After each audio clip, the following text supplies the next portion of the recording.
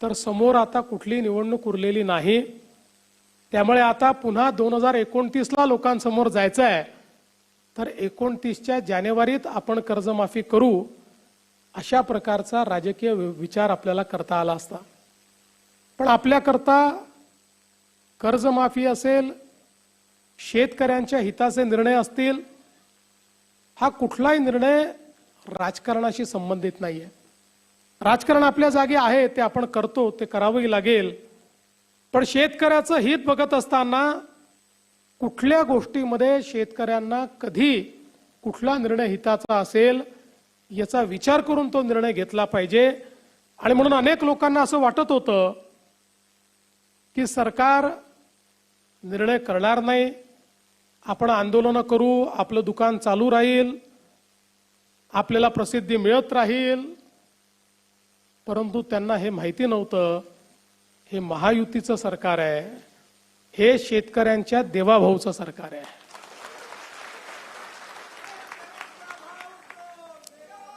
आणि म्हणून आपण कर्जमाफीचा निर्णय घेतला। 2 लाखापर्यंत कर्ज माफ करण्याचा निर्णय घेतला। आणि त्यासोबत ज्यांनी नियमित कर्ज भरलाय त्यांनाही 50,000 रुपये देण्याचा निर्णय आपण घेतला। हे खरं आहे की हा निर्णय घेत असताना एक अट आपण टाकली होती, आणि ती अट अशी होती की 2019च्या कर्जमाफी योजनेमध्ये ज्यांना त्याचा फायदा मिळालाय त्यांना या योजनेचा फायदा मिळणार नाही। राज्यामध्ये 2008 ला देशाची कर्जमाफी झाली आणि 2009 ला राज्याची कर्जमाफी झाली। 2009च्या कर्जमाफीमध्ये तेव्हाच्या सरकारने 2008च्या कर्जमाफीतल्या लोकांना वगळलं। 2017 ला आपण कर्जमाफी केली, त्याही वेळी ज्यांना फायदा यापूर्वी मिळाला होता त्यांना आपण वगळलं। 2019 ला कर्जमाफी झाली। 19च्या कर्जमाफीमध्ये तेव्हाच्या सरकारने, मगाशी कुटे साहेबांनी सांगितलं की 2017 ला ज्यांना कर्जमाफी मिळाली होती त्या सगळ्यांना वगळण्याचा निर्णय घेतला। याच्या पाठीमागचं कारण काय? तर आत्ताही आपण कर्जमाफीच्या संदर्भात जी समिती तयार केली होती त्या समितीने आपल्याला अहवाल देताना हे सांगितलं की याचा फायनान्शियल इम्पॅक्ट मोठा नाही, 3-4 हजार कोटी रुपयेच लागतील। परंतु आपल्याकडची जी बँकिंग सिस्टीम आहे, बँकांची जी व्यवस्था आहे, जर कर्ज भरण्याची सवय ही सुटली, किंवा अनेक वेळा सवय सुटत नाही पण शेतकऱ्यांना असं वाटतं की आपण भरून टाकल्याने कर्जमाफी झाली तर आपल्याला काय मिळणार, आणि म्हणून या भीतीपोटी अनेक वेळा शेतकरी त्या ठिकाणी कर्ज भरत नाहीत आणि मग नंतर दोन्हीकडनं अडचणीत येतात। आणि म्हणून साधारणपणे लगतच्या कर्जमाफीतल्या लोकांना पुन्हा डिफॉल्ट झाला असेल तर कर्जमाफी देऊ नये अशा प्रकारचा निर्णय आपल्या समितीने दिला होता। तरीही ज्यावेळेस मी बघितलं की अशा प्रकारचे शेतकरी किती, तर लक्षात आलं की 12 लाख शेतकरी आहेत।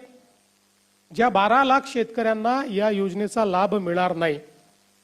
मग मी विचारलं की समजा आपण असं केलं, 50,000 पर्यंत सरकारने द्यावे आणि वरचे त्यांनी द्यावे, तर किती शेतकरी कव्हर होतात? होतात तर 12 लाख। पण त्यातले 6 लाख शेतकरी असे होते की ज्यांना 10-12 हजार रुपये भरले तरीही 50,000चा फायदा त्या ठिकाणी मिळत होता। आणि म्हणून दोन्ही गोष्टी त्यात होत होत्या, शेतकऱ्याला फायदाही मिळत होता आणि पुन्हा जो काही रिपोर्टमध्ये म्हटलं होतं की कर्ज भरण्याची प्रवृत्ती कमी होऊ नये या दृष्टीनं तुम्ही कारवाई करा, ती कारवाई देखील आपल्याला करता येत होती।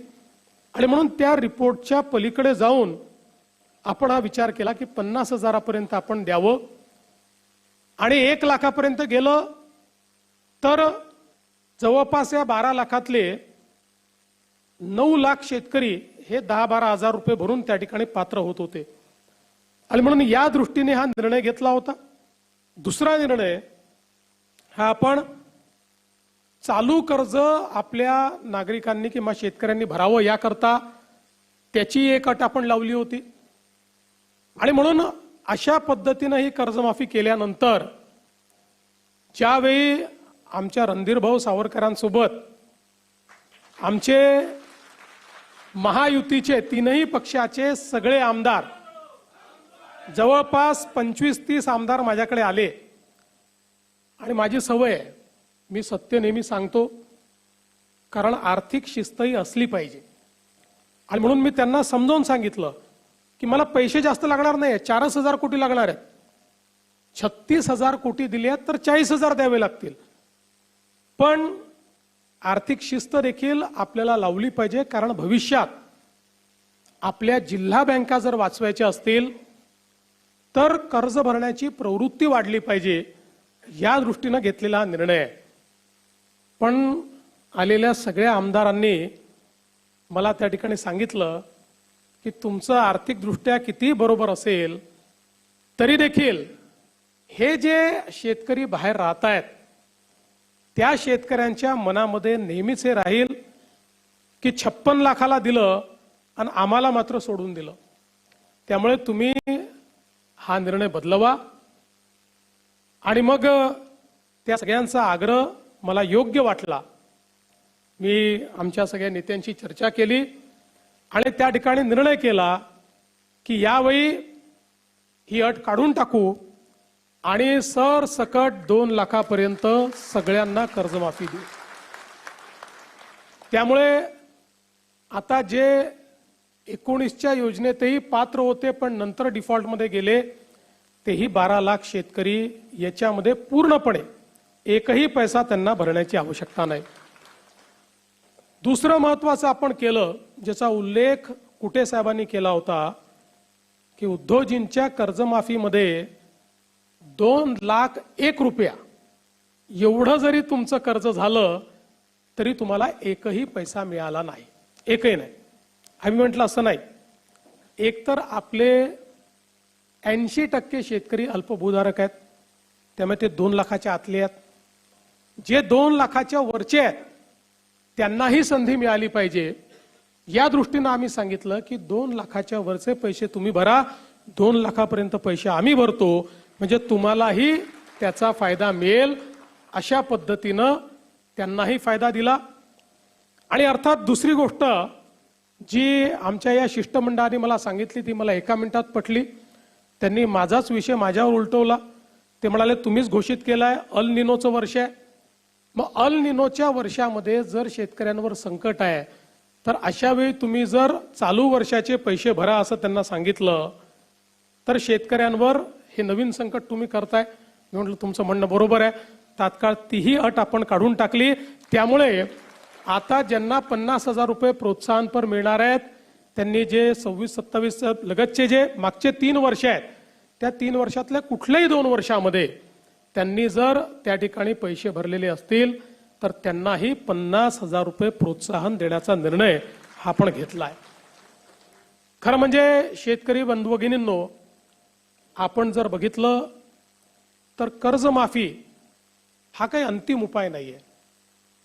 आपण विचार करा, जर राज्यामध्ये शेतकऱ्यांना 7 ते 8 वर्षात 3 वेळा कर्जमाफी द्यावी लागत असेल तर कुठेतरी आपल्या शेतीसमोरचे प्रश्न फार गंभीर आहेत। आणि म्हणून मी नेहमी सांगतो कर्जमाफी आवश्यकच आहे, ती दिलीच पाहिजे, पण कर्जमाफीने कुठला शेतकरी श्रीमंत झाला नाही, कर्जमाफीने कुठला शेतकरी परमनंट त्या कर्जाच्या विळख्यातनं बाहेर पडला नाही। जर आपली शेती फायद्याची करायची असेल